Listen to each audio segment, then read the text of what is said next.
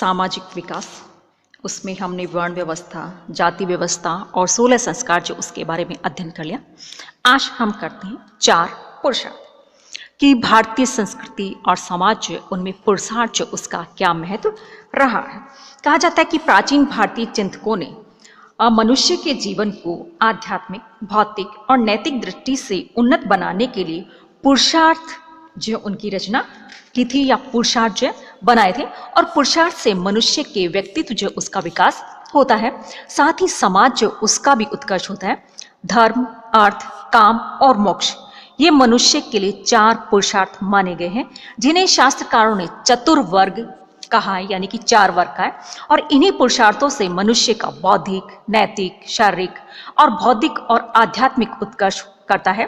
भौतिक और आध्यात्मिक समृद्धि के मध्य संतुलित दृष्टिकोण ही पुरुषार्थ का सही स्वरूप है। धर्म, अर्थ, काम और मोक्ष से समन्वित पुरुषार्थ व्यक्ति के समग्र व्यक्तित्व का निर्माण करता है। अब देखते हैं कि धर्म जो है वो क्या था, वो धर्म पुरुषार्थ जो था उसका क्या महत्व रहा था। जाहिर है हमारा जो यानी कि सामाजिक जीवन जो है, हम सभी लोग जो है किसी ना किसी प्रकार से किसी ना किसी धर्म जो उससे अवश्य जुड़े रहते हैं। और धर्म जो है वो हम जिसको यानी कि देवी देवता जो उसके रूप में मानते हैं, जैसे हिंदू धर्म है, मुस्लिम धर्म है, ये धर्म नहीं है, बल्कि हमारा नैतिक धर्म क्या है उसके बारे में बताता है कि पुरुषार्थ में धर्म जो उसका सबसे ज्यादा महत्व है। परंतु ये धर्म मात्र धार्मिक विश्वास अथवा ईश्वर की उपासना तक ही सीमित नहीं है। यहाँ पर इसका अर्थ ये है कि कोई संप्रदाय विशेषता नहीं है, बल्कि उन प्रेरक आदर्श से हैं, यानी कि वो आदर्श है जिनसे कि हमें प्रेरणा मिलती है, जिनसे हमारा जीवन उन्नत बनता है, जिससे हमारा मानसिक विकास होता है और हमारा सामाजिक विकास होता है। उन चीजों को धर्म जो उसका यानी कि धर्म से जोड़ा गया, ना कि हिंदू, मुस्लिम, सिख, ईसाई ये जो धर्म है उनको धर्म से जोड़ा गया। इससे कहा जाता है कि व्यक्ति की सामाजिक स्थिति और सामाजिक स्त्रीकरण की जो है स्तर जो है वो भी डिसाइड होता है। नियमबद्ध, संयमित और सात्विक जीवन जो वही क्या है, व्यक्ति का धार्मिक जीवन है, ना कि पूजा पाठ करने वाला। वस्तुतः धर्म व्यक्ति के आचरण और व्यवहार की एक आचार संहिता है, जो कि उससे कार्यों को देश, काल और परिस्थिति के अनुसार व्यवस्थित, नियमित और नियंत्रित करती है, तथा उसे स्वस्थ और उज्जवल जीवन यापन करने के लिए उसका मार्ग जो प्रशस्त करती है। जिन कर्मों के आचरण से मनुष्य या मनुष्यत्व को प्राप्त करता है उसको धर्म कहते हैं। और वेदों में ईश्वर ने मनुष्यों के लिए जिन कर्तव्य कर्मों को करने की आज्ञा दी है वही धर्म है। धर्म के 3 मूल कार्य बताए हैं: अपने आप को कंट्रोल करना या नियंत्रण करना, दूसरा व्यक्ति का उत्थान करना, और तीसरा जीवन का अंतिम लक्ष्य मोक्ष जो उसको प्राप्त करने के लिए हमेशा प्रयत्नशील रहता।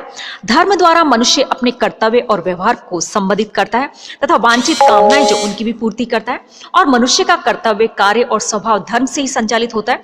और जिन सिद्धांतों के अनुसार व्यक्ति अपना दैनिक जीवन व्यतीत करता है, जिसके द्वारा सामाजिक बंधनों की स्थापना होती है, वही धर्म है। और धर्म वही है जो किसी को क्लेश नहीं पहुंचाता, बल्कि लोक कल्याण करता है। और समाज के संयत संगठन के लिए धर्म अपेक्षित है।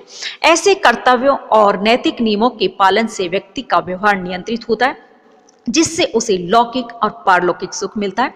इन सब चीजों से स्पष्ट है कि धर्म का संबंध मनुष्य के विश्वास, नैतिक आचरण, व्यवहार और उसकी आस्तिकता से है, जिससे मनुष्य का समाज या सामाजिक जीवन जो है वो डिसाइड होता है या नियंत्रित होता है या कंट्रोल होता है और विकास होता है। तो इस प्रकार से कहा जाता है कि प्राचीन विचारकों ने सामान्य धर्म और विशिष्ट धर्म के अंतर्गत धर्म के कई विभेद किए, और विशिष्ट धर्म से संबंधित देश धर्म, जाति धर्म, कुल धर्म के अतिरिक्त शास्त्रकारों ने कई प्रकार के अन्य स्मार्ट धर्म जो उनका भी उल्लेख किया है। जैसे वर्ण का धर्म क्या होता है, यानी कि जो व्यक्ति जिस वर्ण से संबंधित है उसको उस प्रकार का कार्य करना चाहिए। इसी प्रकार से वर्णाश्रम या आश्रम व्यवस्था, यानी कि आपके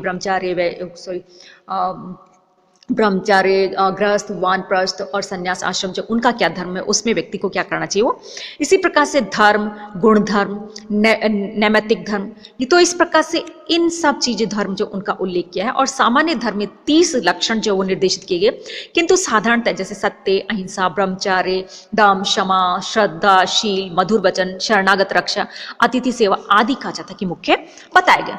तो इस प्रकार से ये पुरुषार्थ जो उसमें धर्म है, और धर्म जो है व्यक्ति को क्या सिखाता है, यानी कि उसके अनुकूल व्यक्ति को आचरण करना चाहिए, जिससे कि व्यक्ति जो उसका जीवन संयमित और व्यवस्थित चल सके। दूसरा पुरुषार्थ है अर्थ। अर्थ का अर्थ यहाँ पर पृथ्वी से नहीं है, बल्कि अर्थ जो है उसका अर्थ धन से है, क्योंकि धन जो है वो एक ऐसी धुरी है जिसके द्वारा चाहे वो राजा हो या रंक हो, यानी कि चाहे राजा हो बहुत बड़ा, चाहे कितना ही शक्तिशाली हो, लेकिन अगर उसके पास में धन या पैसा नहीं है तो वो कुछ नहीं कर सकता। इस प्रकार से भले से वो साधु हो चाहे कोई भी, उसको सभी को धन जो उसकी आवश्यकता होती है। आज भी हम देखते हैं कि हम किस चीज़ के लिए भाग दौड़ कर रहे हैं, किस चीज़ के लिए सब कुछ कर रहे हैं, केवल पैसा कमाने के, क्योंकि धन ही वह दूरी है जिसके चारों ओर हम घूमते रहते हैं और उसके बिना ना ही तो हम कोई दान कर्म कर सकते हैं, ना ही कोई हम अन्य कार्य कर सकते हैं। तो इस प्रकार से अर्थ जो है उसको कमाना, यानी कि धन तो कमाना, लेकिन उसको धर्म के अनुकूल आचरण करते हुए पैसा कमाना, अर्थात चोरी नहीं करना और डकैती नहीं करना। इसके अलावा यानी कि दूसरे लोग जो है उनके पैसे जो उसके ऊपर जैसे बेईमानी, भ्रष्टाचार, इस तरह से नहीं करना, और सही मार्ग पर चलते हुए धन जो उसको कमाना और अपने परिवार जो उसका भरण पोषण करना ही क्या है, अर्थ, सही अर्थ बताया गया।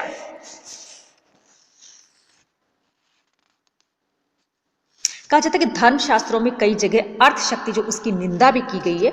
मनु ने लिखा है कि जो व्यक्ति अर्थ और काम के प्रति अनासक्त है उसी के लिए धर्म का विधान है। बौद्ध मत एवं ईसाई मत भी इसी प्रकार की पंक्तियां कहते हैं, और बाइबल में संकेत है कि ऊंट सुई के छिद्र में से भले ही निकल जाए किंतु धनी व्यक्ति स्वर्ग जो उसमें प्रवेश नहीं करे। तो इसके सकारात्मक और नकारात्मक दोनों ही विचार बताए गए, लेकिन इसका सकारात्मक विचार ज्यादा है क्योंकि नकारात्मकता भी सब जगह देखने को मिलती है। तीसरा आता है काम। तीसरा पुरुषार्थ जो काम, और उसका भी हमारे जीवन जो उसमें बहुत ज्यादा महत्व है, अर्थात विवाह करके संतान उत्पत्ति करना और जो व्यक्ति है उसके जीवन में जिन जिन कार्यों को करना है उनकी प्राप्ति करना सही काम कहलाता है। अर्थात क्या बोलते हैं, विवाह के बाद में ये सब कार्य करना, कि मनुष्य जो उसका तीसरा पुरुषार्थ क्या है, काम, और जिसका जीवन में सबसे ज्यादा महत्व है। और काम के दो प्रमुख लक्ष्य होते हैं, एक तो काम भावना को शांत करता यानी कि इंद्रिय सुख, और दूसरा व्यक्ति की समस्त कामनाएं, कहा जाता है कि वासनाजन्य प्रवृत्तियां तथा आसक्ति मूलक प्रवृत्तियां काम के अंतर्गत ही आती है। अतः काम मनुष्य जीवन की सहज प्रवृत्ति जो इंद्रिय सुख से जुड़ा हुआ है। परिवार तथा समाज का उत्कर्ष तथा एक दूसरे के प्रति आकर्षण काम के द्वारा ही संभव है। काम के वशीभूत होकर व्यक्ति एक दूसरे से प्रेम और संभोग करता है और अपने प्रियजनों के प्रति आकर्षित होता है। वह पत्नी और संतान की भी काम का करता है, और काम में कामना और वासना दोनों ही शामिल होती है, और दोनों ही मनुष्य की प्रवृत्तियां जो उसको उद्वेलित करती है। महाभारत में कहा गया कि धर्म का सदाई अर्थ की प्राप्ति का कारण है और काम अर्थ का फल है। कौटिल्य ने तो काम को अंतिम श्रेणी में रखा तथा बिना धर्म और अर्थ को बाधा पहुंचाए इसका पालन करने का भी निर्देश दिया है। मनु ने काम को तमोगुण लक्षण माना है और काम को मनुष्य का अंतिम उद्देश्य मानकर धर्म और अर्थ की प्राप्ति के बाद ही इसकी ओर देखना चाहिए। फिर भी काम को धर्म का सार माना गया और काम के तीन मुख्य आधार माने गए, जैविक, सामाजिक और धार्मिक। व्यक्ति अपनी इच्छाओं की पूर्ति जैविक आधार पर करता है और इच्छाओं की तृप्ति न होने पर मनुष्य में तनाव, आक्रोश और क्रोध का बीजारोपण होता है तथा निराशा की अभिव्यक्ति होती है, जिससे मनुष्य का विकास अवरुद्ध हो जाता है और इच्छाओं की संतुष्टि से व्यक्ति का तनाव और क्रोध कम हो जाता है। और काम का सामाजिक आधार भी महत्वपूर्ण है। काम के माध्यम से मनुष्य अपनी सामाजिक आवश्यकताओं की पूर्ति करता है और विवाह के माध्यम से पति पत्नी के संबंध तथा प्रजनन के माध्यम से पारिवारिक और सामाजिक जीवन निरंतरता और काम के सामाजिक आधार माने गए। और काम का धार्मिक आधार व्यक्ति को उसकी इंद्रिय संतुष्टि और अदम्य इच्छाएं जो उससे विरक्त करता है तथा वह आत्मिक उत्थान की ओर अग्रसर होकर धार्मिक होता है और व्यक्ति का प्रेम, स्नेह, अनुराग और आकर्षण ऐसे उच्च स्तर तक पहुंच जाता है जहां वह ईश्वर के प्रति आकर्षित होता है, जो कि मोक्ष का मार्ग है। जब विषय भोग के प्रति उसकी तृष्णा समाप्त हो जाती है तब वह ईश्वर की प्रति अनुरुक्त होने लगता है। तो इस प्रकार से काम जो उसको महत्व दिया गया।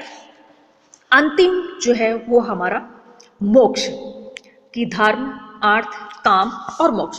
मोक्ष अर्थात ईश्वर जो उसकी प्राप्ति करना और मोक्ष जो उसको प्राप्त करना, कि चारों वर्ग का साध्य और मानव जीवन का अंतिम लक्ष्य क्या है? मोक्ष है।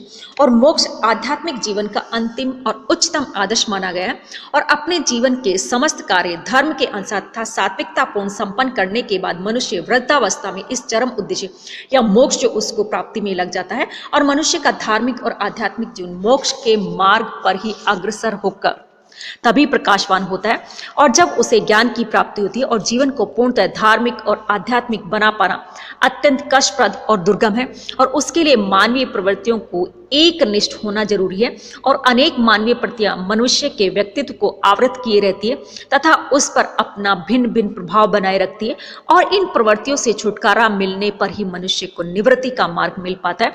और मनुष्य जब सहजता, स्वाभाविकता, आत्मचिंतन, आध्यात्मिकता और बौद्धिकता का उदय होता है, तब ये भावनाएं मनुष्य को मानवीय सुखों से अलग करके आध्यात्मिक सुख की ओर उत्प्रेरित करती है, तो दूसरी ओर भौतिक अभिव्यक्तियां और आकांक्षाएं उसका प्रतिरोध करती है।